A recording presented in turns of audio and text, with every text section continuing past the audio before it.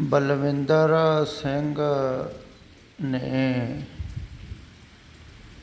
ਸੰਤੋ ਸਹਿਜ ਸਮਾਧ ਭਲੀ ਸਿਰਲੇਖ ਹੇਠ ਇੱਕ ਸ਼ਬਦ ਪਾਇਆ ਸੀ ਗਰੁੱਪ ਅੰਦਰ। ਥੱਲੇ ਲਿਖਿਆ ਹੈ ਕਿ ਬਾਬਾ ਜੀ ਇਹ ਕਬੀਰ ਜੀ ਦਾ ਸ਼ਬਦ ਹੈ, ਇਸ ਉੱਪਰ ਚਾਨਣਾ ਪਾਓ।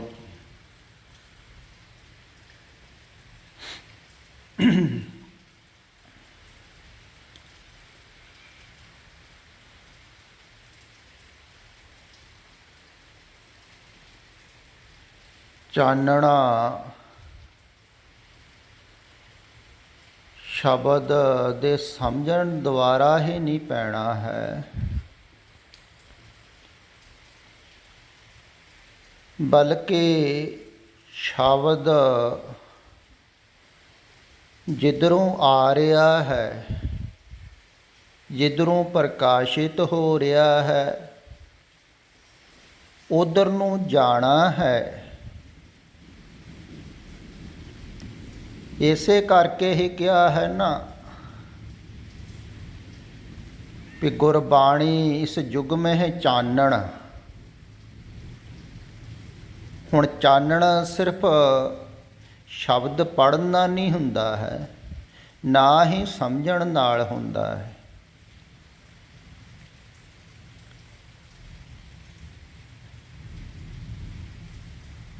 ਜਿੱਧਰੋਂ ਇਹ ਚਾਨਣ ਆਇਆ ਹੈ, ਜਿੱਧਰੋਂ ਇਹ ਪ੍ਰਕਾਸ਼ ਆਇਆ ਹੈ, ਗਿਆਨ ਰੂਪੀ ਪ੍ਰਕਾਸ਼, ਉਧਰ ਨੂੰ ਜਾਣਾ ਹੈ। ਪ੍ਰਕਾਸ਼ਮਈ ਵੱਲ ਨੂੰ ਜਾਣਾ ਹੈ, ਚਾਨਣ ਵੱਲ ਨੂੰ ਜਾਣਾ ਹੈ। ਗਿਆਨ ਨੂੰ ਇਸੇ ਕਰਕੇ ਪ੍ਰਕਾਸ਼ ਕਿਹਾ ਹੈ। ਅਗਿਆਨ ਅੰਧਕਾਰ ਹੈ। ਅਗਿਆਨ ਵੱਲੋਂ ਹਟਣਾ ਹੈ। ਅਗਿਆਨ ਕੀ ਹੈ? ਝੂਠ ਨੂੰ ਸੱਚ ਜਾਣ ਲਿਆ, ਅਗਿਆਨ ਹੈ। ਤੇ ਜਿੱਧਰੋਂ ਸ਼ਬਦ ਪ੍ਰਕਾਸ਼ਿਤ ਹੁੰਦਾ ਹੈ, ਉਧਰੋਂ ਹੀ ਯਾਤਰਾ ਕਰਨੀ ਪੈਂਦੀ ਹੈ। ਇਹ ਗੱਲ ਖਿਆਲ ਵਿੱਚ ਰੱਖੋ। ਕਹਿੰਦੇ ਹਨ ਨਾ, ਸ਼ਬਦ ਤੋਂ ਸਾਰੀ ਉਤਪਤੀ ਹੋਈ ਹੈ। ਤੇ ਸ਼ਬਦ ਪਹਿਲਾਂ ਧੁਨ ਅਵਸਥਾ ਦੇ ਵਿੱਚ ਸੀ, ਉਸ ਤੋਂ ਵੀ ਪਹਿਲਾਂ ਸੁਨ ਅਵਸਥਾ ਦੇ ਵਿੱਚ ਸੀ।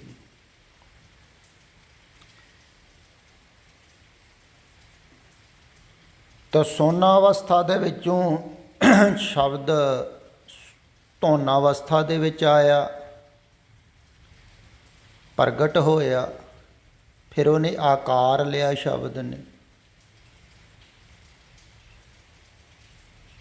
ਤੇ ਆਕਾਰ ਤੋਂ ਫਿਰ ਜਦੋਂ ਤੁਸੀਂ ਯਾਤਰਾ ਕਰਦੇ ਹੋ ਨਿਰਾਕਾਰ ਵੱਲ ਨੂੰ, ਤੇ ਫਿਰ ਜਿੱਧਰੋਂ ਸ਼ਬਦ ਆਇਆ ਹੈ, ਫਿਰ ਆਕਾਰ ਹੈ ਸ਼ਬਦ ਦਾ। ਜਿਵੇਂ ਬੈਖੜੀ ਬਾਣੀ ਮੱਧਮਾ ਪਰਾ ਤੇ ਪਸੰਤੀ, ਬੈਖੜੀ ਬਾਹਰ ਹੈ ਤੇ ਪਸੰਤੀ ਤੋਂ ਸ਼ਬਦ ਪੈਦਾ ਹੋਇਆ, ਸੁਣ ਚੋਂ ਪੈਦਾ ਹੋਇਆ, ਫਿਰ ਹੌਲੀ ਹੌਲੀ ਹਿਰਦੇ 'ਚ ਆਇਆ, ਫਿਰ ਕੰਠ 'ਚ ਉਹਨੇ ਥੋੜ੍ਹਾ ਜਿਹਾ ਆਕਾਰ ਲਿਆ, ਫਿਰ ਬਾਹਰ ਬੋਲਿਆ ਗਿਆ। ਤੇ ਫਿਰ ਨਿਰਾਕਾਰ ਵੱਲ ਨੂੰ ਜਾਣਾ ਨਾ, ਬਾਹਰੋਂ ਅੰਦਰ ਨੂੰ। ਇਸ ਕਰਕੇ ਪਹਿਲਾਂ ਬੈਖੜੀ ਬਾਣੀ ਦੁਆਰਾ ਸ਼ਬਦ ਉਚਾਰਨ ਕਰਦੇ ਹਨ। ਫਿਰ ਸ਼ਬਦ ਦੀ ਧੁਨ ਹੈ, ਧੁਨ ਸੁਣਾਈ ਦਿੰਦੀ, ਫਿਰ ਉਹ ਸੁਣ ਦੀ ਯਾਤਰਾ ਕਰਦਾ ਹੈ, ਜਿਹੜਾ ਫਿਰ ਬਾਹਰੋਂ ਸ਼ਬਦ ਨੂੰ ਛੱਡ ਕੇ ਅੰਦਰ ਨੂੰ ਚੱਲਦਾ ਹੈ। ਜਿਵੇਂ ਧੁਨ ਮਹਿ ਧਿਆਨ, ਧਿਆਨ ਮਹਿ ਜਾਣੇ। ਧਿਆਨ ਦੇ ਵਿੱਚ ਜਾਣਨ ਵਾਲਾ ਹੈ।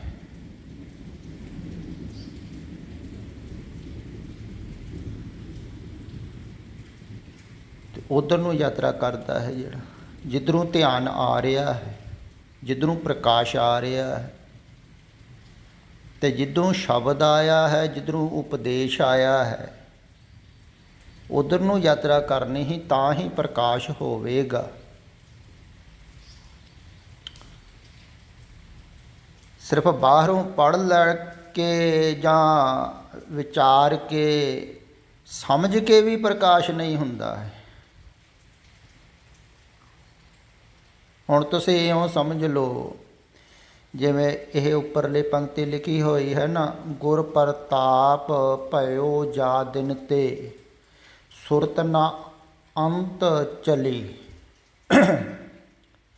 ਕਹਿੰਦੇ ਹਨ ਵੀ ਜਦੋਂ ਗੁਰੂ ਦਾ ਪ੍ਰਤਾਪ, ਗੁਰੂ ਦੀ ਕਿਰਪਾ, ਗੁਰੂ ਦੀ ਬਖਸ਼ਿਸ਼ ਹੋਈ, ਤੇ ਮੇਰੀ ਜਿਹੜੀ ਸੁਰਤ ਸੀ ਨਾ, ਉਹ ਫਿਰ ਅਨੰਤ ਦੇ ਵਿੱਚ ਨਹੀਂ ਚੱਲੀ ਹੈ।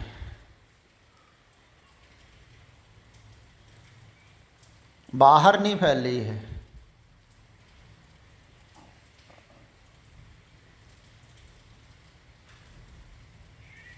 ਫਿਰ ਸੁਰਤ ਜਿਹੜੀ ਹੈ ਨਾ, ਉਹ ਬਾਹਰ ਨਹੀਂ ਫੈਲੀ ਹੈ, ਬਾਹਰੋਂ ਫੈਲਣ ਤੋਂ ਹਟ ਗਈ ਹੈ।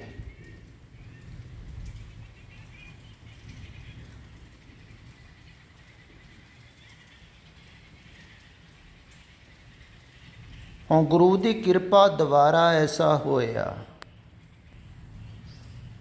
ਵੀ ਅੰਤ ਨੂੰ ਕਹਿੰਦੇ ਹਨ ਸੁਰਤ ਨਹੀਂ ਚੱਲੀ, ਫਿਰ ਰੁਕ ਗਈ। ਫਿਰ ਰੁਕੀ ਕਿਵੇਂ? ਗੁਰ ਕਿਰਪਾ ਦੁਆਰਾ। ਗੁਰ ਕਿਰਪਾ ਕਿਵੇਂ ਹੋਈ?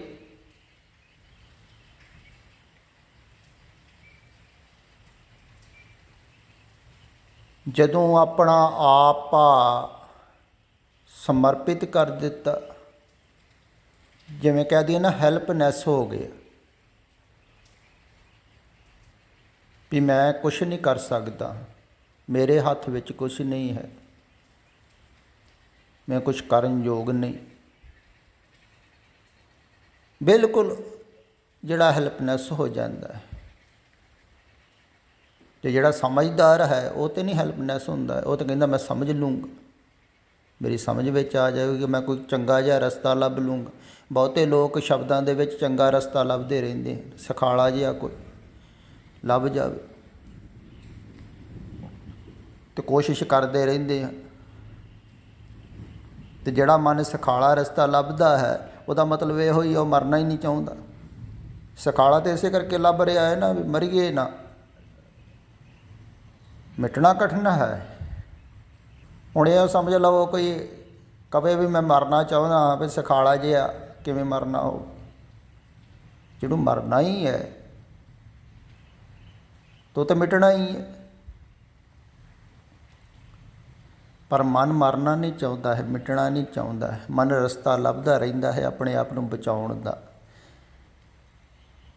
ਤੇ ਇਸ ਕਰਕੇ ਉਹ ਸਖਾਲਾ ਲੱਭਦਾ ਹੈ।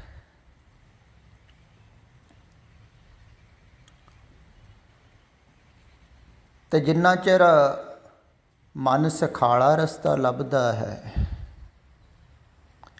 ਵੀ ਕਿਦੋਂ ਮੈਨੂੰ ਲੱਭ ਜਾਵੇ ਐਸਾ ਮਾਰਗ, ਮੈਨੂੰ ਕਰਨਾ ਕੁਝ ਨਾ ਪਵੇ, ਨਾ ਕੁਛ ਤਿਆਗਣਾ ਪਵੇ। ਹੁਣ ਝੂਠ ਤਿਆਗੇ ਤੋਂ ਬਿਨਾਂ ਸੱਚ ਵੱਲ ਆਓਗੇ ਕਿਵੇਂ? ਪਰ ਮਨ ਨਹੀਂ ਚਾਹੁੰਦਾ ਹੈ, ਇਸ ਕਰਕੇ ਉਹ ਸਮਝਦਾ ਹੈ।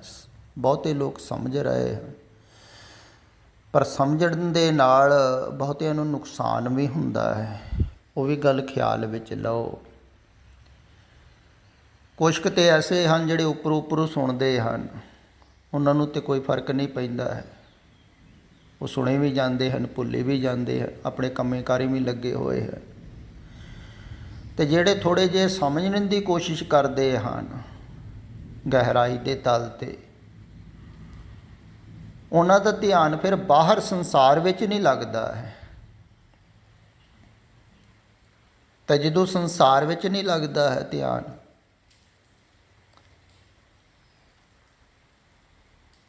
ਕੰਮ ਕਰਨ ਨੂੰ ਚਿੱਤ ਨਹੀਂ ਕਰਦਾ ਹੈ ਤੇ ਆਕਰਸ਼ਣ ਵੀ ਹੈ ਸੰਸਾਰ ਦਾ। ਜਿਵੇਂ ਇੱਕ ਪਿੱਛੇ ਜੇ ਮਾਈ ਨੇ ਵੀ ਕਿਹਾ ਸੀ ਵੀ ਮੇਰੇ ਲੜਕੇ ਵੀ ਸੁਣਦੇ ਹਨ, ਪਰ ਉਹ ਕਹਿੰਦੇ ਹਨ ਵੀ ਜਦੋਂ ਅਸੀਂ ਸੁਣਦੇ ਹਾਂ ਨਾ ਉਹਨਾਂ ਨੂੰ, ਉਦੋਂ ਕੰਮ ਕਰਨ ਦੇ ਵਿੱਚ ਦਿਲਚਸਪੀ ਨਹੀਂ ਰਹਿ ਜਾਂਦੀ, ਚਿੱਤ ਨਹੀਂ ਕਰਦਾ ਕੰਮ ਕਰਨ। ਹੁਣ ਤੁਸੀਂ ਸੋਚੋ ਵੀ ਜਿਹਦਾ ਚਿੱਤ ਨਾ ਕਰੂਗਾ ਕੰਮ ਕਰਨ ਨੂੰ, ਛੋਟੇ ਛੋਟੇ ਬੱਚੇ ਹਨ, ਜੇ ਪਰਿਵਾਰ ਹੈ, 100 ਜ਼ਿੰਮੇਵਾਰੀਆਂ, ਘਰ ਵਾਲੀ ਹੈ, ਕਹਿੰਦੀ ਕਮਾਓ, ਕੁਛ ਕਰੋ, ਨਹੀਂ ਤਾਂ ਕੀ ਹੋਵੇਗਾ ਪਰਿਵਾਰ ਦਾ, ਬੱਚਿਆਂ ਦੀ ਪਰਵਰਿਸ਼ ਕਿਵੇਂ ਹੋਵੇਗੀ, ਬੱਚਿਆਂ ਨੂੰ ਪੜ੍ਹਾਉਣਾ ਹੈ, ਲਿਖਾਉਣਾ ਹੈ, 100 ਸੁਪਨੇ ਹਨ, ਪੂਰੇ ਕਰਨੇ ਹਨ, ਤੋ ਟਿਕਣ ਥੋੜ੍ਹਾ ਦੇਵੇਗੀ ਬੱਚਿਆਂ ਦੇ ਸੁਪਨੇ ਆ। ਅਤੇ ਫਿਰ ਆਦਮੀ ਸੁਣਦਾ ਨਹੀਂ ਹੈ, ਜਾਂ ਜਿਹੜੇ ਸੁਣ ਵੀ ਰਹੇ ਹਨ ਤੇ ਉਹਨਾਂ ਨੂੰ ਬੜੀ ਬੇਚੈਨੀ ਹੁੰਦੀ ਹੈ। ਕਈਆਂ ਪ੍ਰੇਮੀਆਂ ਨੇ ਕਿਹਾ ਵੀ ਹੈ ਵੀ ਅਸੀਂ ਬੜੀ ਬੇਚੈਨੀ 'ਚ ਫਸ ਗਏ, ਉਲਝਣ 'ਚ ਜਿਵੇਂ ਕਹਿ ਲਈਏ, ਵੀ ਤੁਹਾਡੀਆਂ ਗੱਲਾਂ ਠੀਕ ਵੀ ਲੱਗਦੀਆਂ ਹਨ, ਕੋਸ਼ਿਸ਼ ਵੀ ਕਰਦੇ ਹਨ ਨਿਕਲਣ ਦੀ, ਪਰ ਸੰਸਾਰ ਦਾ ਆਕਰਸ਼ਣ ਵੀ ਹੈ, ਫਸੇ ਵੀ ਹੋਏ ਹਾਂ, ਨਿਕਲਣਾ ਵੀ ਕਠਿਨ ਹੈ। ਇਹੋ ਹੀ ਤਪੱਸਰਿਆ ਹੈ, ਖਿਆਲ ਵਿੱਚ ਰੱਖਿਓ। ਝੂਠ ਦੇ ਵਿੱਚੋਂ ਨਿਕਲਣਾ ਕੋਈ ਸੁਖਾਲਾ ਨਹੀਂ ਹੈ। ਜਿਵੇਂ ਕੋਈ ਦਲਦਲ ਦੇ ਵਿੱਚ ਫਸਿਆ ਹੋਵੇ ਨਾ, ਤੋ ਨਿਕਲਣ ਦੀ ਕੋਸ਼ਿਸ਼ ਕਰਦਾ ਹੈ ਤੋ ਹੋਰ ਧੱਸਦਾ ਜਾਂਦਾ ਹੈ। ਕਿਸੇ ਦੇ ਸਹਿਯੋਗ ਤੋਂ ਬਿਨਾਂ ਉਹ ਦਲਦਲ ਦੇ ਵਿੱਚੋਂ ਨਿਕਲ ਨਹੀਂ ਸਕਦਾ। ਕਈ ਦਲਦਲਾਂ ਐਸੀਆਂ ਹੁੰਦੀਆਂ ਹਨ, ਆਦਮੀ ਡਿੱਗ ਪਵੇ ਅਤੇ ਬਹੁਤ ਕੋਸ਼ਿਸ਼ ਵੀ ਕਰਦਾ ਹੈ, ਫਿਰ ਫਸਦਾ ਜਾਂਦਾ। ਇੱਦਾਂ ਹੀ ਹੋ ਰਿਹਾ ਹੈ, ਸੰਸਾਰ ਦੇ ਵਿੱਚ ਡੁੱਬਦਾ ਹੈ ਆਦਮੀ, ਡੁੱਬੀ ਜਾਂਦਾ। ਤਰਨ ਦੀ ਤਾਂ ਕੋਸ਼ਿਸ਼ ਕਰਦਾ ਹੈ ਵੀ ਨਿਕਲ ਜਾਵਾਂ, ਹੱਥ ਪੈਰ ਵੀ ਮਾਰਦਾ ਹੈ, ਪਰ ਅਗਰ ਤੁਸੀਂ ਹੱਥ ਪੈਰ ਮਾਰਦੇ ਹੀ ਰਹੋ, ਹੌਸਲਾ ਨਾ ਛੱਡੋ। ਕਈ ਹੌਸਲਾ ਛੱਡ ਦਿੰਦੇ ਹਨ, ਕਹਿੰਦੇ ਹਨ ਸਾਡੇ ਨਹੀਂ ਵੱਸ ਦੀ ਗੱਲ, ਅਸੀਂ ਨਹੀਂ ਇਸ ਮਾਰਗ 'ਤੇ ਚੱਲ ਹੀ ਨਹੀਂ ਸਕਦੇ, ਸੁਣ ਹੀ ਨਹੀਂ ਸਕਦੇ।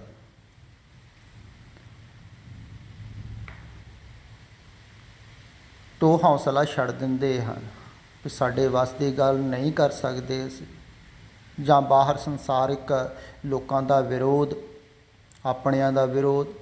ਅਗਰ ਤੁਸੀਂ ਧਿਆਨ ਹਟਾਓਗੇ ਸੰਸਾਰ ਵੱਲੋਂ, ਆਪਣਿਆਂ ਵਾਲਿਆਂ ਵੱਲੋਂ, ਤਾਂ ਉਹਨਾਂ ਦੀ ਨਾਰਾਜ਼ਗੀ, ਉਹ ਫਿਰ ਸਮਝਾਉਂਦੇ ਹਨ ਦਿਮਾਗ ਖਰਾਬ ਹੋ ਗਿਆ, ਬੇਸਮਝ ਹੋ ਗਏ, ਅਕਲ ਨਹੀਂ ਹੈ ਤੁਹਾਨੂੰ।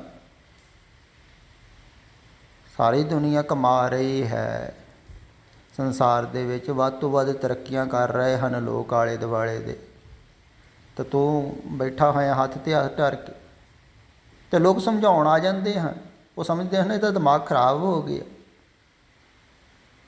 ਵਿਗੜ ਗਿਆ।